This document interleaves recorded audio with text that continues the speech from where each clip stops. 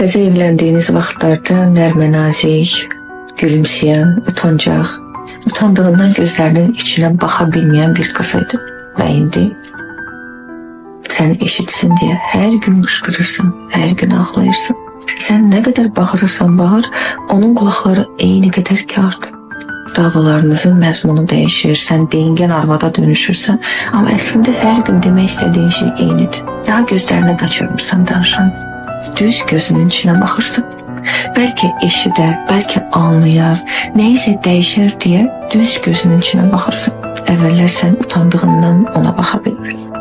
İndi o utanmazdı deyə baxmır. Bir kişi soyuduqca həyatı sorğulamağa başlayır qadın. Bir kişi eşitmirsə, səsi korlanır qadın. Neysə, sən özün hər şeyi bilirsən. Özünü korlamağa dəyməz, bilirsən. Eşitməyən bir adamı bu qədər bağıraraq danışmağa çalışmağındır. Hər gün, hər gün, hər gün başqası tutar deyə bu dünyada vazgeçə bilmədiyimiz nə qədər adamımız var.